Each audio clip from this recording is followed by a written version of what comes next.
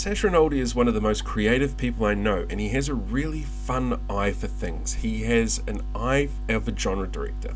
He's very much superheroes and action figures and Star Wars. Very much Star Wars. Google it. You'll find the Star Wars film that he won an award for on the internet somewhere, I'm sure. Keep an eye out for me, I'm actually in there.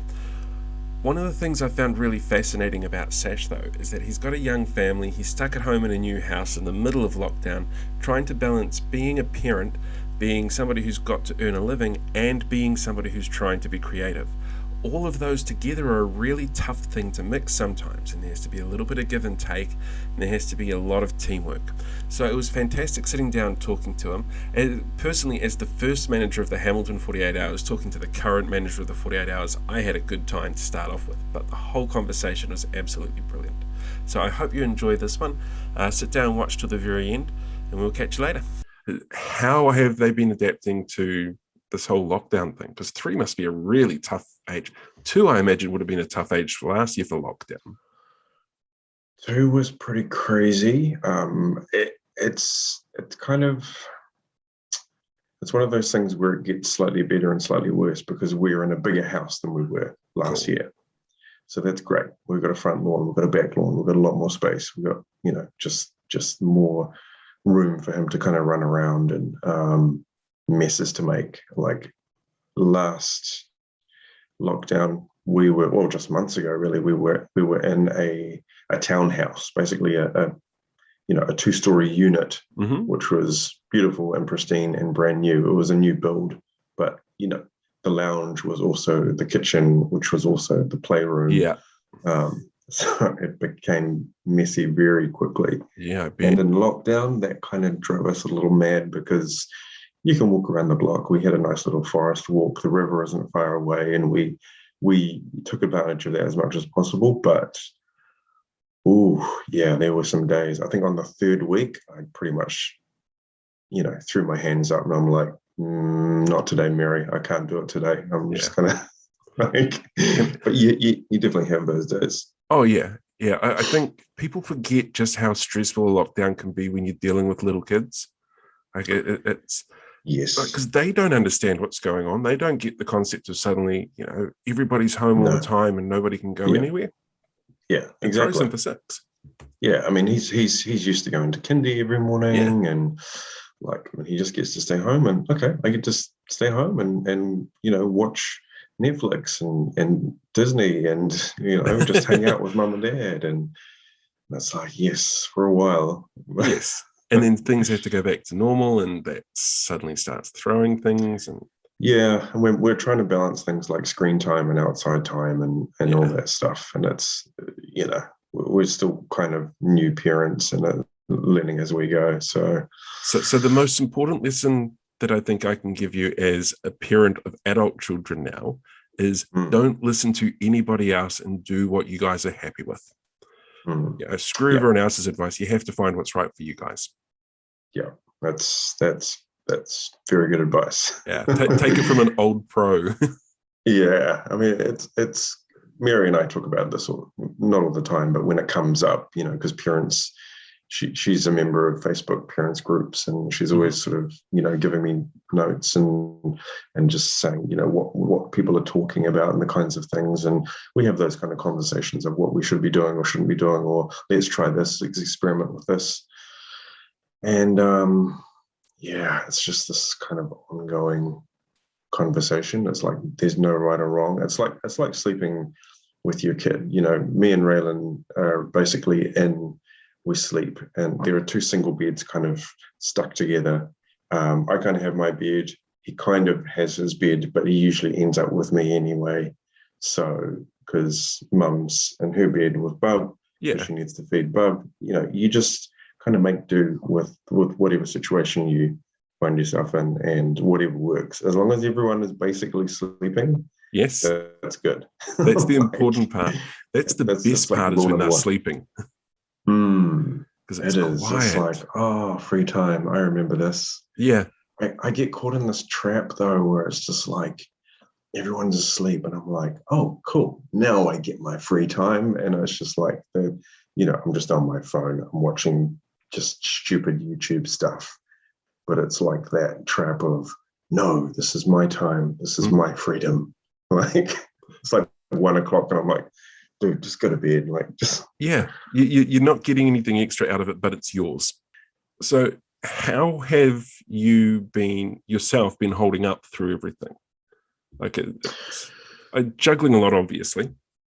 Juggling a lot. I think the juggling actually helps. Like this lockdown, I don't want to use the word enjoy, because it's hard to enjoy lockdown when you have, everything to juggle. Yep. Yeah, exactly. Especially with little ones, you're basically, you're basically running your own daycare every day. But we have a new house. We sold our townhouse to purchase something older but bigger. It's more of a home. It's an 80s home. It's, and it's nice. It's cozy, but it needs work. I mean, I'll just quickly show you. I'm in what will be my nerd cave, but yes, it's I see what you mean. Working on stripping wallpaper and like there's stuff to do. Yeah, and we've been keeping busy. But I know, Mary has certainly enjoyed. Mary's on maternity leave at the moment. So she's enjoyed me just being home and helping out with the kids and helping out with the house and the washing and, just the kind of day to day. And we, as a team, we work really well. It's one of the things that really sort of brought home to me when we had Raylan. It's probably the first time in any relationship that I've had where I've thought, oh, this is kind of where the whole teamwork, partnership thing comes in, because you really need to be able to, just sort of hand off and juggle and take mind read that a little weight bit as well. Yeah. You need to have that mind reading ability. You do, and you have that once you know somebody really well. You have that kind of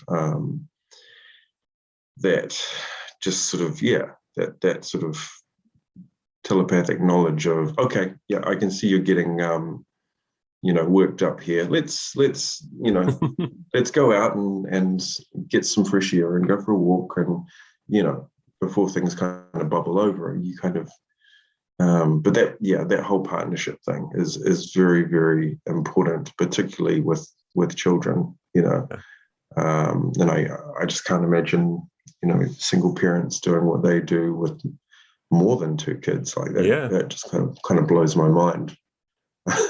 Yeah, I get that. That's superheroes. Yeah, they are. They really kind of need their own capes, those people. Which would just get messy because you've got kids around. Yes, that's true. But to answer your question, I'm fine. I kind of take solace in my, I can see you've obviously put your stamp on it so far. Yeah. Well, that's why I was 6 minutes late, because when you said we were doing video, I'm like, okay, I really need to kind of get the background right. Yeah. I gotta. Yeah. How have you been finding the competition? The 48 hours. Good. Is this your second year? Yes. Yeah. Yes, that's right. Because I think we helped Jake 2019. Then there was lockdown, which was it was all online, and then there was this one, and it's fine. Mary and I kind of share the task again. We kind of she handles the kind of admin. I can handle the kind of face-to-face public social media stuff. We sort of team up on things. It's different. I think that I've really felt the competition has changed over the last couple of years. Obviously, COVID has a lot to do with that. Some things are just now online because they're more convenient. I don't think that the numbers have been what they've been when it's been, at its most kind of popular. I think a lot of the older teams have kind of moved on, or they moved I away, noticed that or actually when I was looking over the team names. Like mm, I had a look over the Hamilton ones, and I'm just going, I think I recognized 2 or 3 of the Hamilton teams. Like there wasn't many in there. yeah. Also, with regards to Hamilton, we've had some things that haven't helped, like the university, the screen and media department. Like a lot of departments, has just kind of been hacked to pieces. From what I understand, there is no screen and media degree. WinTech has also taken their kind of media stuff, has taken a big hit. Like everything has just kind of been downsized. Yeah, is probably the word to yeah. use, and I think there's been a spill-on effect to local filmmakers and stuff like that. Having said that, Paige and Chris Williams have been, doing great work. We now have a Hamilton Film Office, Yeah. and they're trying to kind of build that up. So that's really exciting and really cool.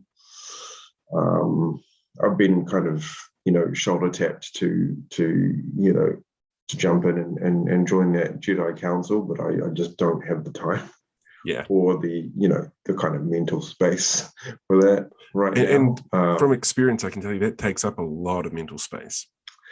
Yeah, and I mean, not that money is everything, but it would be purely volunteer work. Oh yeah. Which means it's I just really need the time and capacity to do that sort of thing. But I would love to join in and help. But I'll certainly, when it comes to things like 48 and promoting and going to workshops, and the plan for Mary and I think we're hoping to perhaps play a longer game where we can go to schools. Like I went to my brother Jody's, we went to his school before this 48 and had a talk to some students, and they ended up, signing up and made a film, which was really, really cool for a school team. Unfortunately, they were disqualified because they didn't quite get it in on time. Oh no. But it's a learning curve. But we'd love to keep doing that, and if we can team up with the Waikato Film Hub. I know Chris is planning on getting workshops and things out as much as possible, and just trying to grow the new sort of generation of talent in Waikato. That I think that would be pretty awesome to be a part of that. Yeah, it would. And I think 48 could really sort of help that. But I know, the peeps in Wellington, they're really looking for ways to sort of help us out. So it sounds like it's all sort of coming together in that respect. Yeah, I can. There's definitely potential. I think it probably is kind of in waves. Like I think my sort of generation of 48, that wave has sort of started to kind of go down. It'll crest again, but we really want to be a part of that. Yeah. That next wave. So, what was the judging process for that like this year? Was it get everyone in a room, or is it here's online video links? It's pretty much online these days. We don't do the get together thing. I know when Adam was judging that year, he was hoping, and I think we were all kind of expecting to sort of get together and have those conversations, but it just never happened. It's all done with spreadsheets now. You just kind of all of the films are linked, and you just click on them, watch them, make your notes, rank them, and that's kind of it. It's just basically a weighted ranking at the end as the winner. Yeah, and it's kind of super easy. I mean, Mary and I didn't even judge this one. We went out and found some reputable peeps, and that was cool. Who did you have judging this year?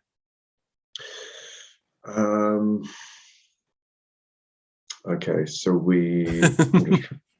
me on the spot now. My mind's kind of blurring. So I've done it twice. I know we had Ben Woolen. Not sure if that was this year or last year. We had Ben Woolen, we had Fiona Jackson, we had Arazu. Might be it. Might be it.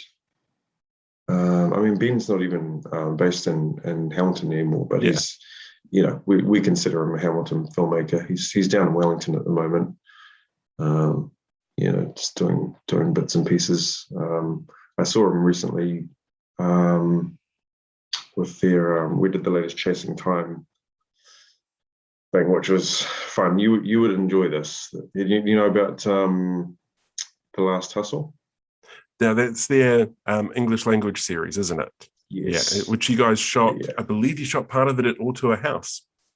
We did. See, I keep in the loop. It was fun. They basically wrote this role for me, Terry Hustle. He's a cross between me, Dr. Richard Swainson, Ben and Scott, and me. And, just kind of this dude who is running the last sort of DVD video hire place in the town, and it's in trouble. It's in financial trouble. He's got a daughter, and she's got her own sort of story, and it's kind of a family story. It's really cute. No, it's a lovely story, but there's some very, very nerdy references and stuff in there that you will enjoy, I think. Benny Marama, do you know Benny? Yeah, I know Benny. Yeah, Benny plays a local, and basically every episode begins with Benny and I having a heated discussion of about a film topic. So it might be sequels, or it might be which films are better than the book, or whatever. So it's fun. Was that scripted conversations, or was it basically, here's your topic, make it organic? Well, because it's English language learning, you can't really improvise the script too much. That makes sense. So I would say like 95% of the dialogue needs to remain there. But if you're conversationally, if you keep saying sort of a word that basically means the same thing, they're pretty good about, let's just change that word, just to kind of make it easy. It's just, you can't really sort of riff too much. It's not that kind of gig. We are hoping to work on something where we can actually get together and just kind of spitball and would do like a writer's room and create something ourselves. So that should be fun if it happens. But Scott's the kind of writer as well, though, who knows how that conversation would go. So I imagine it would still feel like a relatively natural conversation. Yeah, for sure. Yeah. No, it was cool. It was fun. I've done a bunch of those with those guys, and they're always good fun. So what other acting gigs have you had lately? The last big one I had was insurance, wasn't it? Yeah, life insurance. Which, I mean, yeah, it was kind of random. Funny story, Mary and I actually went in together for that, because it's a baby couple. They're basically on their way to the hospital, and mum's pregnant, and Mary was actually pregnant at the time. So method acting. Yeah, and our agent calls up and is like, "Hey, got a great audition for you guys." So we went in there, and she was pregnant. Mary's the trained actor. She's had professional training. Mm-hmm. She said she's a theatre actress. She's a physical actor. And a screen actor, and I got the part, and that's like, yeah, of course. Was there any doubt? Yeah. It's one of those weird things about auditions. You just never know, and you certainly don't know why. It could be, you're the right height, you're the right look, whatever. But yeah, that was probably the biggest thing I had done. I did do a commercial with Joe Hitchcock years ago. They were looking for the actor, and they couldn't. All the auditions just weren't working out. And Joe just kind of messages me and says, "All right, I need an audition from you. There's this role. I think you'd be good. You need to send me a video audition. Just do it online. Send it to me tonight." I'm like, okay. So I'm in my bedroom, just like throwing the lines, and I got it, and that was fun. I think it was for an Australian company. I never actually saw it. They sent me the digital files and everything. I have them, but I don't know what happened to the ad. So you might be famous in Australia and not even know it. Hey, you could be like the bugger dog or something like that over there. Maybe. Yeah. I guess I can talk about this now, but I auditioned for Lord of the Rings, since I'm never going to get a chance. True. Because they moved. Yes, that's true. That was fun. Just to say I did. But yeah, The Last Hustle was the last thing that I did. Apart from that, it's just whatever sort of comes my way, really. Creatively, I haven't really been doing a lot. Not this lockdown. I mean, I've been doing a lot of research. I'm still trying to work on my Indigenous Jones concept, which has gone from feature to short film to feature to short film. Yep. Currently in short film, 15 to 20 minute format. Adam and I and another writer friend of ours, we're actually scheduled to go up to Auckland for a speed dating pitch. Did you hear about this? No. Yeah, quite interesting. Like, they get a bunch of directors and producers and stuff in a room, and then it's just like speed dating. They give you like 20 minutes. You sit down with a producer, you do your pitch, boom, you're on to the next one. You just go round and round and round and round and round. And Adam signed up. He's like, I'm doing this. And I'm like, that sounds terrifying. Yeah. And I'm like, yeah, why not? But yeah. I think that's something Adam would excel at. Like it's exactly his sort of comfort zone. Yeah, it's not my comfort zone. You need to prep a little bit. Yeah, I need the script, and I need to rehearse like a lot. But no, it's a good exercise if you have some kind of creative idea and you want to test it. I mean,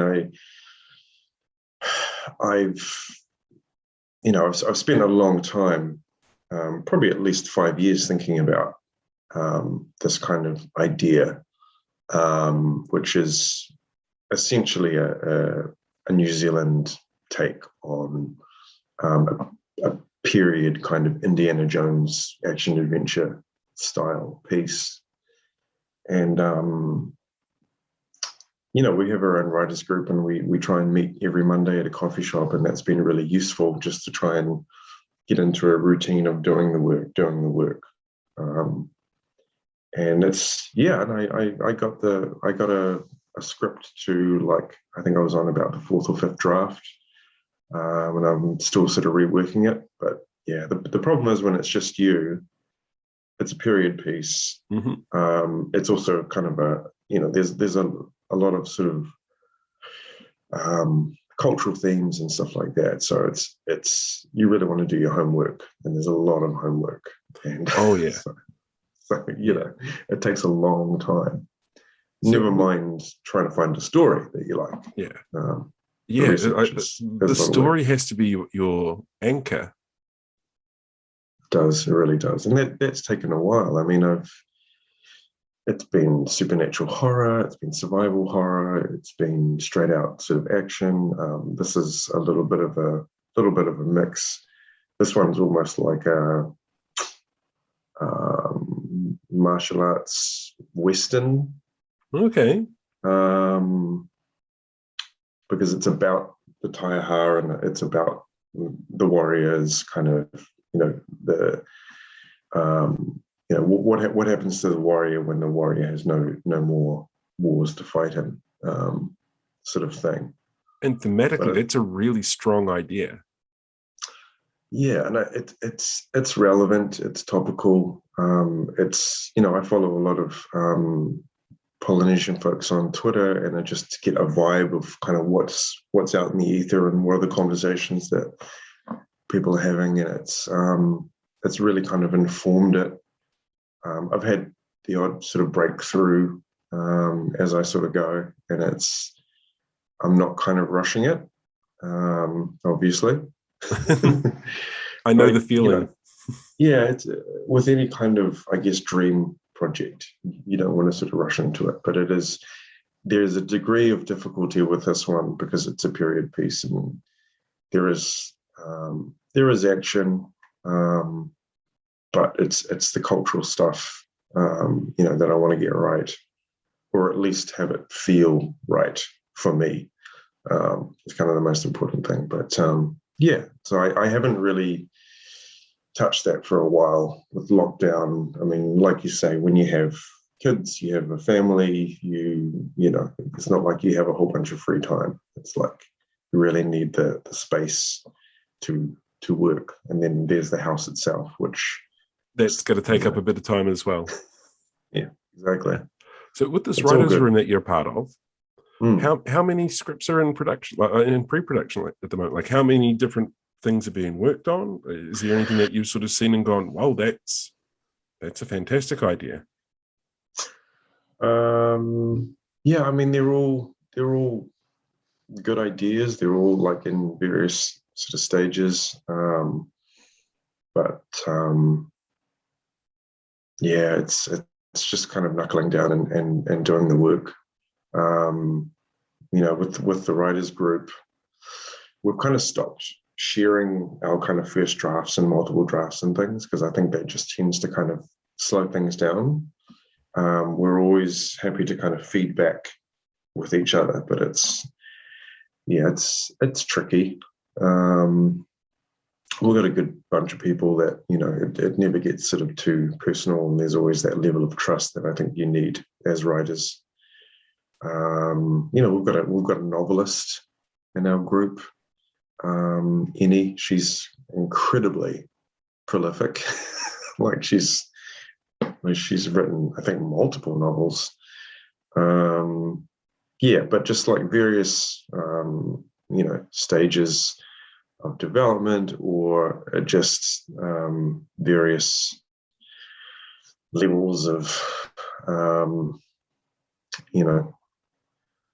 knowledge, and it's just a great kind of bunch of people to kind of be around.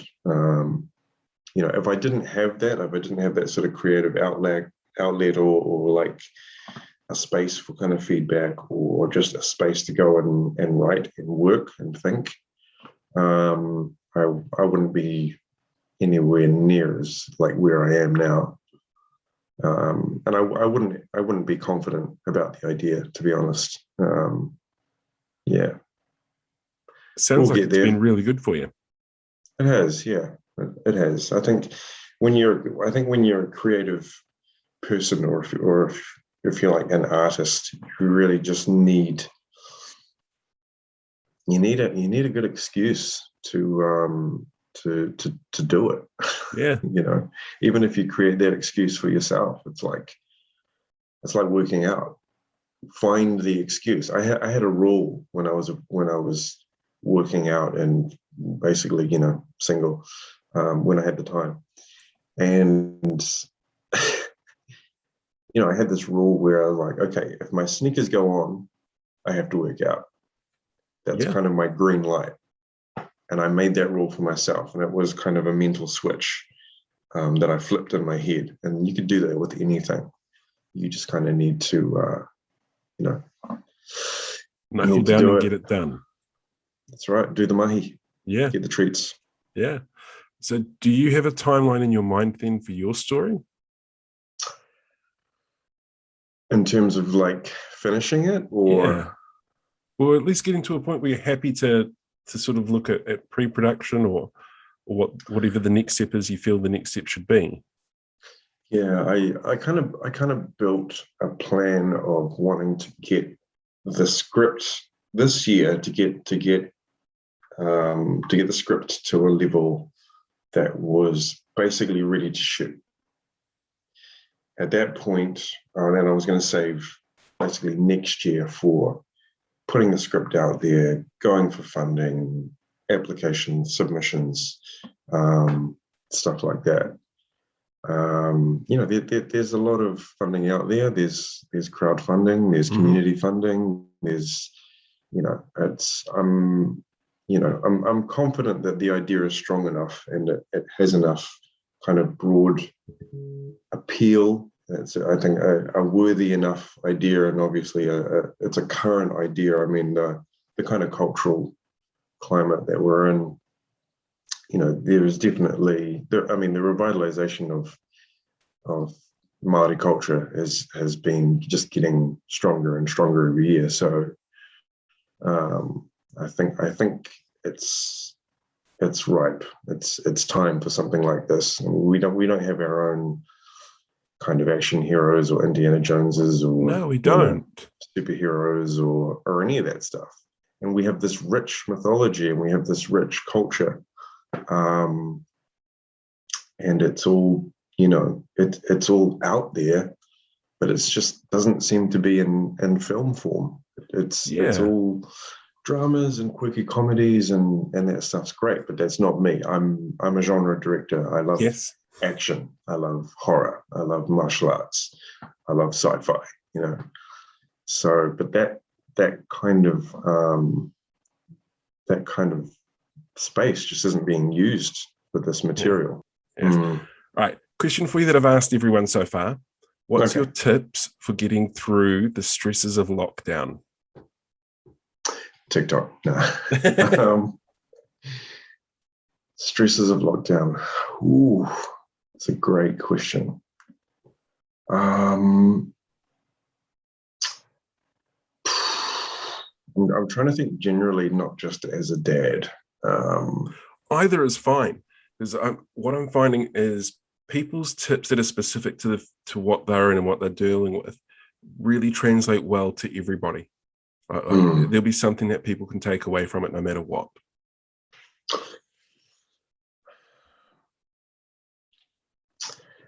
It's a good time to, obviously, we're all kind of in the same kind of position. We're all kind of, I don't want to say trapped, but we're all in our own bubbles.